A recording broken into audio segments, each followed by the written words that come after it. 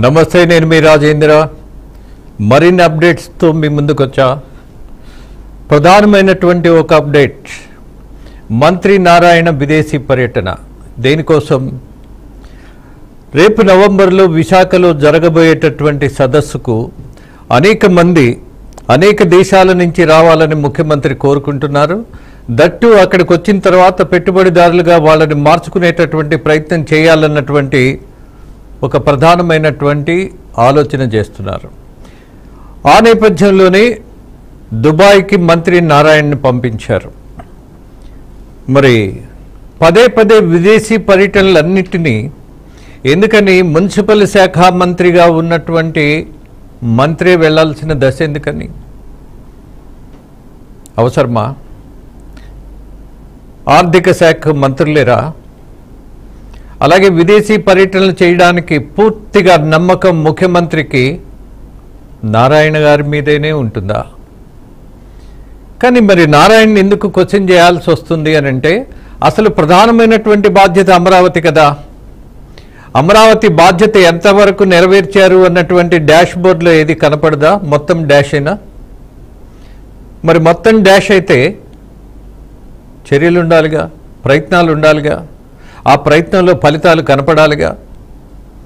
ఇక్కడ రైతులకు సంబంధించి డెవలప్డ్ ప్లాట్స్ ఇవ్వాల్సినటువంటి దశలో ఈ మంత్రి అలాగే సిఆర్డీఏకి సంబంధించినటువంటి కమిషనర్ చేస్తున్నటువంటి ప్రయత్నం ఏంటి?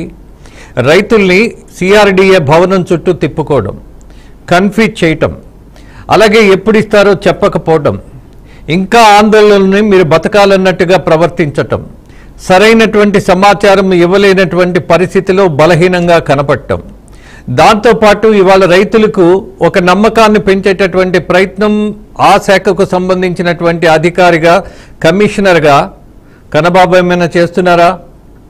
రైతులతో సదస్సులు ఏమైనా పెడుతున్నారా? అలాగే అక్కడ ఉన్నటువంటి సమస్యలపై సమీక్షలు చేస్తున్నారా? అలాగే జరుగుతున్నటువంటి ప్రయత్నాలు ఏదైనా రైతులను నమ్మకం పెంచేటటువంటి దశలో వ్యవహరిస్తున్నారా? ఎక్కడైనా ఇలాంటి సంతృప్తి ఉన్నదని ఇవాళ అమరావతి రైతులను మీరు ప్రశ్నించండి. ఆ దశలో అధికారులు ప్రవర్తిస్తున్నారా? కానీ ఇవాళ ప్రపంచ బ్యాంకు నుంచి ఏషియన్ డెవలప్మెంట్ బ్యాంకు వరకు చంద్రబాబు గారు వచ్చిన తర్వాత అమరావతి నగర నిర్మాణం కోసం maybe it is a self sustained project, 1000 కోట్లు నిధులు ఇస్తున్నారు, అప్పిస్తున్నారు. ఎందుకని? కట్టగలరన్నటువంటి నమ్మకం, కడితే వచ్చేటటువంటి ప్రయోజనం మీద కనపడేటటువంటి ఊహించుతున్నటువంటి ఆదాయం. ఇవాళ అప్పిచ్చేటటువంటి బ్యాంకులకు నమ్మకం ఉన్నది, కానీ భూములు ఇచ్చినటువంటి రైతుల నమ్మకాన్ని పెంచేటటువంటి పరిస్థితి ఉందా? దాని మీద కదా చర్చ జరగాల్సింది. అలాగే మరింత భూమిని సేకరించడానికి జీవోలు పాస్ చేసేశారు. ఇచ్చిన భూమికి సమాధానం ఏదిరా మగడా అని అంటే, లేదు ఇంకా భూమి కావాలి అన్నటువంటి చెబుతున్నటువంటి ధోరణి మంత్రి కానీ అధికారులు కానీ రైతులను ఒక నమ్మకమైనటువంటి విధానంలో కలిసి మాట్లాడడం, మరి అది జరుగుతోందా? అస్సలు కనపడట్లా. మరి మంత్రి గారు విదేశీ పర్యటనలో ఆయన ఎదుగుతాడా? ఆయన వ్యాపార విస్తరణ జరుగుతుందా? అలాగే మరిన్ని పెట్టుబడులు అక్కడ పెట్టుకునేటటువంటి అవకాశం ఆయనకే కలుగుతుందా అన్నటువంటి విమర్శ కూడా ఇవాళ చేస్తున్నటువంటి వాళ్ళు చాలామంది ఉన్నారు. బికాజ్ మళ్ళీ చెప్పాల్సిన పరిస్థితి మంత్రి నారాయణ యొక్క ధోరణి. ఆయన మనకి శత్రువు కాదు, మనకి మిత్రుడు కాదు, మనకి బంధువు కాదు. బట్ మన మంత్రి, మన రాష్ట్రానికి మంత్రి, రైజింగ్ ఆంధ్రప్రదేశ్ అని నమ్ముతున్నటువంటి దశలో మంత్రి నారాయణ చేస్తున్నటువంటి పనుల్లో ఫలితాలు వస్తున్నాయా? అక్కడ ఉన్నటువంటి రైతులకు నమ్మకం పెరుగుతోందా? ధైర్యం వస్తుందా? ఆయన వ్యవహారాన్ని మనం గమనించినప్పుడు మొట్టమొదటిగా ముఖ్యమంత్రిగా చంద్రబాబు నాయుడు గారు ఈయనకు అవకాశం ఇచ్చారు. రైతుల దగ్గర నుంచి భూమి సేకరణకు నమ్మకం పెంచేటటువంటి పని ఈయనకే అప్పచెప్పారు. మంచిది, ఆ పని ఆయన మొత్తం మీద సక్సెస్ఫుల్గా చంద్రబాబు గారు ఇచ్చినటువంటి మాట మీద ఆ రోజు ఇచ్చినటువంటి రైతులు ముందుకొచ్చారు.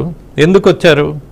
శాసనబద్ధంగా చట్టం చేయబట్టి శాసనసభలో విపక్ష నాయకుడితో పాటు ముఖ్యమంత్రిగా ఉన్నటువంటి చంద్రబాబు నాయుడు చెప్పినటువంటి మాట మీద నమ్మకంతో భూములు ఇచ్చారు. దీన్ని మొత్తం ఇనిషియేట్ చేస్తూ, మొత్తం పర్యవేక్షిస్తూ, వీటన్నిటికీ నేనే మూలమన్నట్టుగా నటిస్తూ మంత్రి నారాయణ చేసినటువంటి పాత్ర అమోఘం. చాలా గొప్ప ఫలితాన్ని తీసుకొచ్చాడు ఆయన. ఎలా? ముఖ్యమంత్రి గారి మాట మీద ఉన్నటువంటి విలువను బేస్ చేసుకొని ఈయన జస్ట్ వెళ్ళి అక్కడ సమావేశాలు నిర్వహిస్తే రైతులందరూ, ఎస్సీలు, బీసీలు, అలాగే మైనారిటీసు, ఎస్టీలు, వీళ్ళందరూ ఏ మాత్రం ఆలోచించకుండా రాష్ట్రానికి రాజధాని వస్తుంది, మన బతుకులు కూడా బాగుపడతాయి, మన పిల్లల భవిష్యత్తుకు ఒక భద్రత ఉంటుంది అని ఇచ్చారు. మరి దాని మీద ఇవాళ ప్రశ్నిస్తున్నారు కదా రైతులు. 10 ఏళ్లకు పైగా వేదనలో, చీకటిలో, కన్నీళ్లతో బతుకుతున్నటువంటి రైతులకు సమాధానం ఇచ్చేటటువంటి మంత్రి ఎక్కడ ఆ మంత్రి? ఆ శాఖకు సంబంధించినటువంటి మంత్రి ఎంతసేపు కాలక్షేపం చేసుకుంటూ అసలు రైతులకు ఇవ్వవలసిన దాని మీద క్లారిటీ ఇవ్వకుండా, వాళ్లను కలవకుండా, వాళ్లతో సమీక్షలు పెట్టకుండా, అలాగే పెట్టుబడిదారులను ఆహ్వానించడానికి ఇదే మంత్రి విదేశీ పర్యటనలు చేయాల్సిన అవసరం ఉందా? ఈ మంత్రి తప్ప మరొకరు ప్రతిభావంతులు ఎవరూ లేరా? ఆర్థిక శాఖ మంత్రిగా ఉన్నటువంటి ఆ నాయకుడు ఆయన ప్రతిభావంతుడు కాదా? పయ్యావుల కేసు ఒక స్పష్టత ఉంటుంది, అలాగే ఒక కన్విన్స్ చేయగలిగే కెపాసిటీ ఉంటుంది. దాంతోపాటు ప్రతిభావంతంగా ఒక పని అప్పజెపితే పూర్తి చేయగలిగేటటువంటి ప్రావీణ్యత ఉన్నది. మరి ఆయన వదిలేసి ఆర్థికమైనటువంటి విషయాల్లో కూడా ఆర్థిక శాఖ మంత్రిని పక్కన పెట్టేసి మున్సిపల్ శాఖ మంత్రిగా ఉన్నటువంటి ఈ మంత్రిని నమ్మాల్సిన కర్మేంటి? ఆయన తెచ్చినటువంటి ఫలితం ఏంటి? ఎంతసేపు బాబు గారి ఫోటో చూయించి ఏదో ఒకటి ఆయన సాధించినట్టుగా చెప్పుకోవడం తప్పితే ఇవాళ ప్రాథమికమైనటువంటి ప్రశ్న, అమరావతి సమస్య ఇంకా జటిలంగా మారుతున్నటువంటి దశలో బాధ్యత కలిగినటువంటి మంత్రి చేసినటువంటి పని ఏంటి, వచ్చిన ఫలితం ఏంటి అన్నదే ప్రశ్న. దానికి సమాధానం చెప్పాలి, దానికి స్పష్టత రావాలి. ఈ స్పష్టత రావాలి అని అడుగుతున్నది ఎందుకు అనంటే, దశాబ్ద కాలం పాటు వేదనలో బతికినటువంటి రైతులు ఇవాళ కూటమి ప్రభుత్వం వచ్చిన తర్వాత కూడా మనశ్శాంతిగా ఉండే దశ కల్పించలేరా? దాని మీదే ఇవాళ చర్చ జరగాలంటారు. దాని మీదే మంత్రి నారాయణ సమాధానం చెప్పాలంటాను. అదే వదిలేసి ఈయన పూర్తిగా అదేదో విపక్షాలంటాయి ప్రతిసారి ఏ సంఘటన జరిగినా ఇది డైవర్టెడ్ పాలిటిక్స్ అని.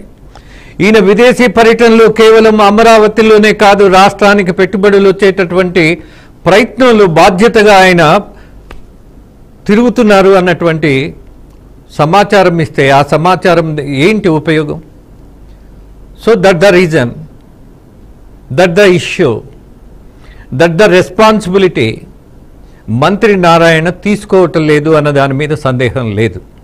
అఫ్కోర్స్ మరి ఆయనకు కూడా సందేహం ఉన్నదేమో. అందుకే ఇచ్చిన మాట నిలబెట్టుకోలేం కదా, ఊరక ఒట్టెట్టి మాటలు చెప్పి మళ్ళీ చివాట్లు తినాల్సిన దశ ఎందుకు అని తప్పుకు తిరుగుతున్నారా అన్నటువంటి ఆలోచన కూడా రైతుల్లో పెరిగేటటువంటి పరిస్థితి ఉన్నది.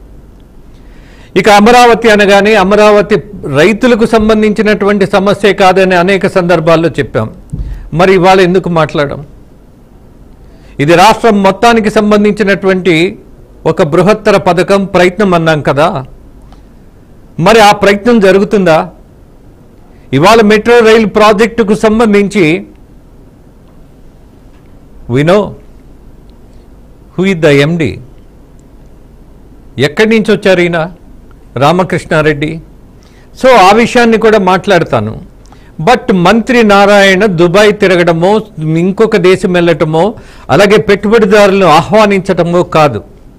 ప్రాథమికంగా ఆయన కాళ్ళు చేతులు కట్టేసి అమరావతిలో కూర్చోబెట్టి అక్కడ రైతుల సమస్యలను పరిష్కరించే దశలో ఆయన గనక ఇనిషియేట్ చేయకపోతే రైతులు ఇంకా కన్నీళ్లతోనే బతకాలి.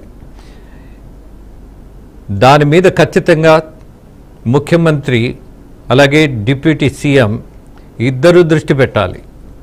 అలాగే లోకేష్ బాబు దగ్గర ఈ సమస్యను ఖచ్చితంగా ప్రస్తావించాలి. ఆ ప్రయత్నం జరగాలంట, ఆ మార్పు రావాలంటారు.